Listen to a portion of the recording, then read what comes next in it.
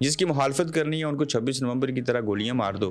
تو یہ خان صاحب کو زبردستی شوکت خانم اسپتال جو ہے وہ بھیجنے کی بات کی جا رہی ہے. اور یہ دیکھیں گے کہ خان صاحب تو باہر بھی نکلے تو کہیں گے بھائی میں تو صحیح ہوں, میں تو صحیح سلامت ہوں, مجھے کیوں اسپتال لایا گیا, تو پھر آپ لوگ کیا کریں گے. اچھا شوکت خانم اس لیے کہ خان صاحب نے خود اس کا انتخاب کیا, وہاں محفوظ رہیں گے, کھانا صحیح ملے گا, کوئی زہر والا انجیکشن نہیں لگا دے گا تو فلاں چیز, اور ایسے تو بیانیاں تو کوئی بھی بنا سکتے ہیں. تو یہ جو ماجرا ہے دیکھتے ہیں کہ یہ بات ہو سکے گی یا نہیں ہوگی. لیکن عمران خان کی خرابی صحت کے باعث علی امین کے ذریعے اسلام آباد ہائی کورٹ میں درخواست دائر کی گئی ہے کہ عمران خان کو شوکت خانہ منتقل کیا جائے. تاہم دوسری جانب عمران خان نے خود وکلا سے بات چیت کرتے ہوئے متعدد بار کہا ہے کہ میں آخری دم تک ظلم کے خلاف لڑوں گا اور جیل کی صلاحیں میرا کچھ نہیں بگاڑ سکتی. ایک اور پہلو یہ ہے کہ عمران خان صحت کے معاملے میں کمپرومائز نہیں کرتے, لہٰذا ممکنہ طور پر خان چاہتے ہوں گے کہ ان کا معائنہ ہو جائے. یہ چیزیں ہو سکتی ہیں جو دوسرا پہلو ہے, لیکن یہ برف پگھلانے کے لیے اور باقی چیزیں کرنے کے لیے شاید اس حد تک یہ جائیں کہ چلیں معائنہ بھی ہو جائے, شوکت خانم چلے جائیں, اس کا فائدہ اسٹیبلشمنٹ کو بھی ہوگا, خان صاحب کو بھی ہوگا, ان کے کارکن بھی خوش ہو جائیں گے. تاہم یہی ایک راستہ ان کے پاس بچتا ہے کہ ان کو ڈائریکٹ ریلیز کرنے کے بجائے سلولی اس معاملے کو جو ہے وہ آگے پہنچایا جائے. اور دوسری جانب جو سیٹیں چھین لی گئی تھی دوبارہ سے, 14 لوگوں کو نااہل کیا گیا تھا, 117 لوگوں کو سزا ہوئی تھی, ان سزاؤں کے بعد اور ان نااہلیت کے بعد آپ دیکھیں کہ چیف جسٹس سپریم کورٹ جو تھے انہوں نے نوٹس لیتے ہوئے تھوڑا سا یہ تاثر دیا ہے کہ ہم تو بڑے بدنام ہو رہے ہیں, ہمارے سر کے اوپر تو سارے گناہ ڈال دیے گئے. تو زرتاج گل اور چند اور لوگوں کی جو ریٹ پٹیشن تھی وہ لگ گئی تھی, پٹیشن دائر کی گئی تھی, آج اس کے اوپر سماعت بھی تھی. دیکھتے ہیں آگے چل کے کیا ہوتا ہے. تو کچھ لوگ بحال ہو جائیں گے اور جو ضمنی الیکشن ہوگا اس کے اوپر عمران خان صاحب نے کہا ہے جی کہ ہم بائیک آؤٹ کریں گے. اب حکومت اعظم نذیر تارڑ اور باقی کہتے ہیں کہ آپ ہماری 26ویں آئینی ترمیم میں بھی ساتھ ہیں. وہ جو اس میں ایک نقطہ ہے کہ 5 سال جو مدت ملازمت ہے آرمی چیف والی, وہ اور اسٹیبلشمنٹ خود سے کہہ رہی ہے کہ بھلے ہم نے آپ کو نائل کروایا ہے, سارا کچھ ہوا ہے, عدالتوں نے کیا ہے, آپ الیکشن ضرور لڑیں.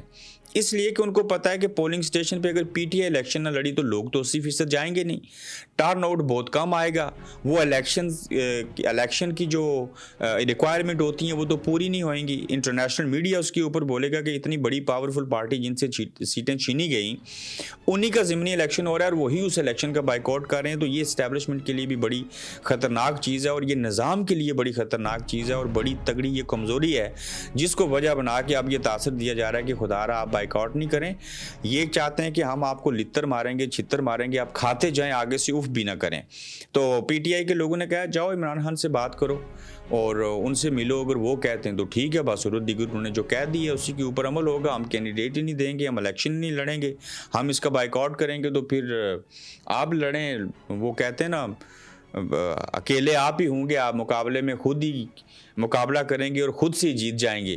تو یہ ساری صورتحال ہے اور پھر تھوک کے حساب سے آج سزائیں ہوئی ہیں.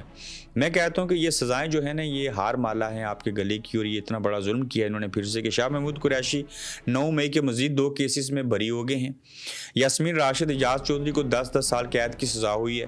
محمود اور رشید اور عمر سرفراز چیمہ کو بھی 10 سال کی قید کی سزا ہوئی. میں یہاں ایک اور بات بتا دوں, یہ سزائیں جیسے دی گئی ہیں نا ایک ہی دن میں 10 سال, یہ ایسے ہی اس سے بھی تیزی سے ختم ہو جائیں گی. میاں صاحب کی مثال سامنے رکھیے گا, اس نظام کو, ان لوگوں کو میاں صاحب کے لیے ایئرپورٹ کے اوپر فنگر پرنٹس لینے جانا پڑا تھا. یہ جب سرنڈر کرنے پہ آتے ہیں نا سب کچھ اتار کے پھینک دیتے ہیں. وہیں پہ عمران خان صاحب کے جو سیکیورٹی گارڈ ہیں ان کو بھی 10 سال قید کی سزا سنائی گئی. عائشہ بھٹا کو جناح ہاؤس کے قریب گاڑیاں چلانے کے مقدمے میں 10 سال قید کی سزا, عالیہ حمزہ کو 5 سال, صنم جاوید کو 5 سال قید کی سزا سنا دی گئی ہے اور ملزمان کو تھانہ شادمان اور راحت بیکری جلانے کے کیسز میں سزائیں سنائی گئیں.